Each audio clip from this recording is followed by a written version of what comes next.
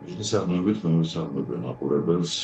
პირველ რიგში აღნიშნულ გადაწყვეტილებასთან დაკავშირებით უნდა აღინიშნოს, რომ ეს საკითხი ყველაზე მტკივნეულად დადგება ყველა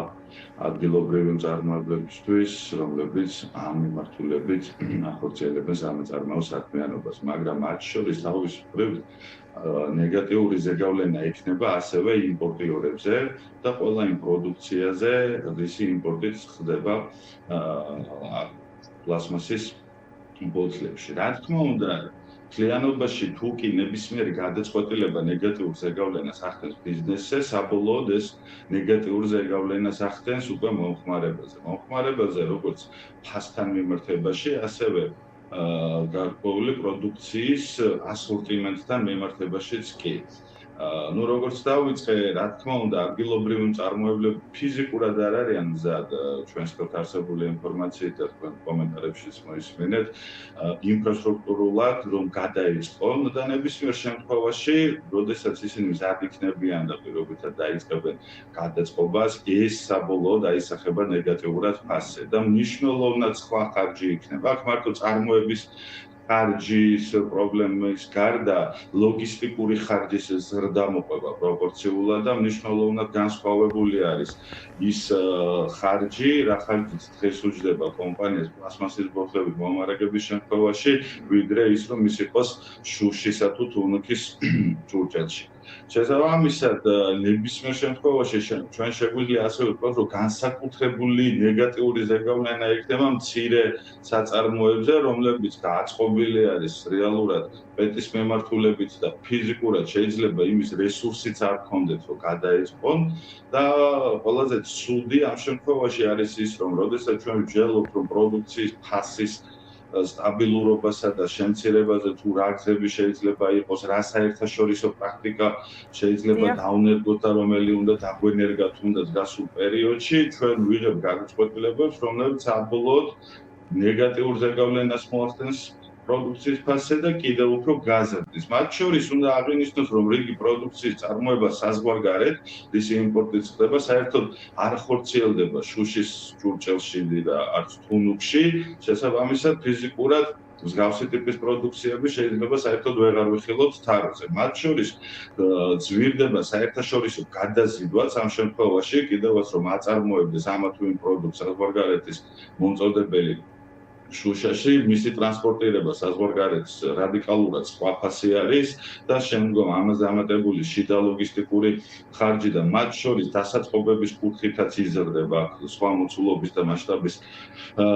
პროცესები მიდის. შესაბამისად, ეს ყველაფერი ისახება ფასში, რაც საბოლოოდ მოსახლეობის მწყობრთუნარიანობიდან გამომდინარე, რიგ შემთხვევაში საერთოდ ბიზნესისთვის შეიძლება მიზანშეუწონელი იყოს, იმიტომ რომ მომხმარებლის ეს პროდუქტი ვერ იქნება რეალურად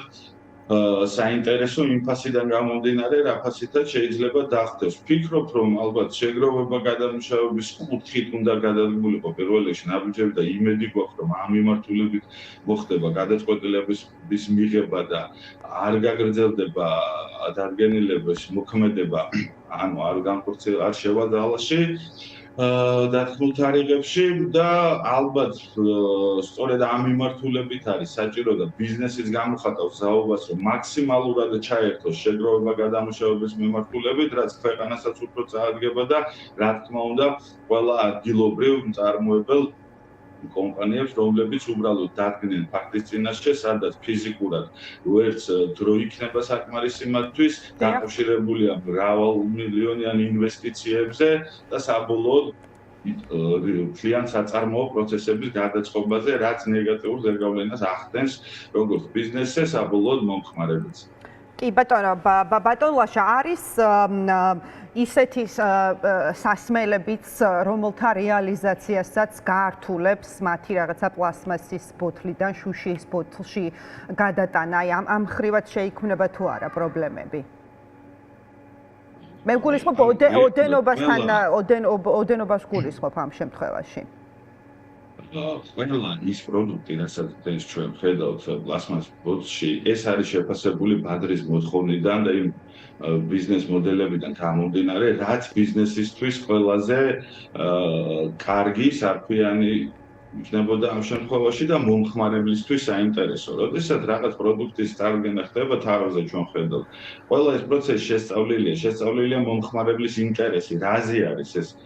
ინტერესები და არის ახლა რიგი პროდუქცია, რომელიც ფიზიკურად ვერ მოხდება მისი გადატანა, იქნება ეს პირობითად არა ან ლუდის მიმართულებაც რომ ავიღოთ, ახლა 2 ლიტრიანი და 2 წანახევრიანი ეს თვითონ მოთხოვნიდან გამომდინარე არსებობს, ამ ფორმით მაგიტომ არის ხო წარმოდგენილი ახლა, როდესაც ეს იზღუდება, ანუ ილახება მათ შორის მომხმარებლის ინტერესიც. მათ შორის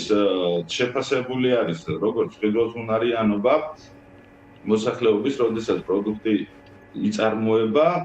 მისი მოთხოვნა და ინტერესები და დღეს ეს ყველაფერი რადიკალურად იცვლება და რიგ შემთხვევაში ეს მომხმარებლისთვის რადიკალურად სხვა გადაწყვეტილებების მიღების საფუძველი გახდება, ანუ ის ფიზიკურად მისთვის ის ფასი იყო მომგებიანი რიგ შემთხვევაში, როდესაც ამ გადაწყვეტილებას იღებდა შეეძინა პეტის ბოლში. მათ შორის ლოგისტიკურად არის ყველაზე გამართლებული ამ შემთხვევაში მხარჯების დაზოგვისა და ოპტიმიზაციის მიზნით და სწორედ აქედან გამომდინარე ჰქონდა ჩვენს გავშტების პროდუქციები წარმოდგენილი ხო ბაზარზე და თუ ჩვენ ამ ყველაფერს გრძალავთ და ვიღებთ ისეთი ტიპის გადაწყვეტილებას, რისი ანალოგის არ არსებობს და არსად არ არის მსგავსი ფორმითა და სიმკაცრით შეზღუდული და მით უმეტეს იმ ფონზე, როდესაც ადგილობრივი მწარმოებლები არ არიან ფიზიკურად მზად და თვითონ ძლიერი ბიზნესის წარმომადგენლები და ძლიერი მწარმოებლები, მით უმეტეს მცირე და საშუალო მწარმოებები, რომლებიც თუნდაც ოპერირებენ შედარებით მცირე მასშტაბებით და მაშინ ისმის კითხვა, რა ბედი შეიძლება ელოდეთ ამ კომპანიებს, რომლებიც ფიზიკურად შეიძლება საერთოდ ვერ გადაეწყო. მათ შორის თუ ჩვენ ვსაუბრობთ შუშის ჭურჭელზე, უნდა ითქვას, რომ ძირითადად თუნდაც ღვინის ინდუსტრია ავიღოთ, ან ჩვენ არ აქვს ფიზიკურად იმის წარმოება ქვეყანაში და იმ მასშტაბის წარმოება, რომ მომარაგება მოხდეს და დააკმაყოფილოს მოთხოვნის მინიმალურიც კი, გამომდინარე იქიდან, რომ ღვინის ინდუსტრიაც იმპორტს ახდენს რეალურად. ოტლების, იმიტომ რომ ფიზიკურად აქ არ არსებობს და წარმოებლების 99% სწორედ ამ ფორმით ოპერირებს. კი ბატონო, და პერსონალის კუთხითაც იქნება ბუნებრივია ასევე უმუშევრობის ზრდაზე, როდესაც შემთხვევაში გარკვეული საკადრო გადაადგილებები იქნება, როცა ვსაუბრობთ, რომ მცირე შეიძლება საერთოდ ვერ გადაეწყოს და ის შეიძლება ანუ საერთოდ დაიხუროს ამ შემთხვევაში, რა თქმა უნდა, ფიზიკურად ვეღარ გააგრძელებენ მუშაობას, რაც შეეხება სხვა საწარმოებს, რომლებიც ეტაპობრივად მოახდენენ გადაწყობას, აქ რადიკალურად სხვა ინფრასტრუქტურული ნაწილი ჭირდებათ და ამ მიმართულებით გარკვეული ცვლილებები იქნება, შეიძლება ეს არ იყოს არსებითი, იმიტომ რომ ტექნოლოგიურად მაინც საჭირო იყოს, მაგრამ მთლიანობაში დადებითი ზეგავლენის მაგივრად ექნება ნეგატიური. კი ბატონო, გასაგებია და თავად ქვეყანა რამდენად უზრუნველყოფს, რომ აი ყველა კომპანიას უზრუნველყოფა მოხდეს სწორედ აი ამ შუშის ბოთლებით, მართლაც თუ აღსრულება მოხდა აი ამ ცვლილებების ბატონლაშა, რამდენად აქვს ქვეყანას აი ამის რესურსი, რომ რაოდენობას გაწუდეს, რაც არის მოთხოვნა ბაზარზე შესაბამისად. ამ ეტაპზე რა მოცემულობაც გვაქვს, ფიზიკურად არ არსებობს იმ მასშტაბის წარმოება ქვეყანას შუშის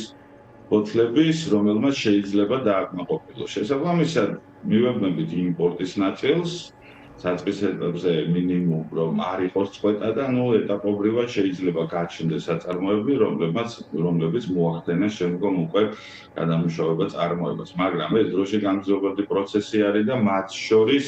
უნდა აღინიშნოს, რომ თვითონ იმპორტი ბოთლის და ის ღირებულება, რაც დაჯდება მისი ჩამოტანა, საკმაოდ ძვირი იქნება და საბოლოოდ ამ ხარჯს დამატებული ის ლოგისტიკური ხარჯი და ის ინვესტიციები, რისი განხორციელების ვალდებულებაც ექნება, საბოლოოდ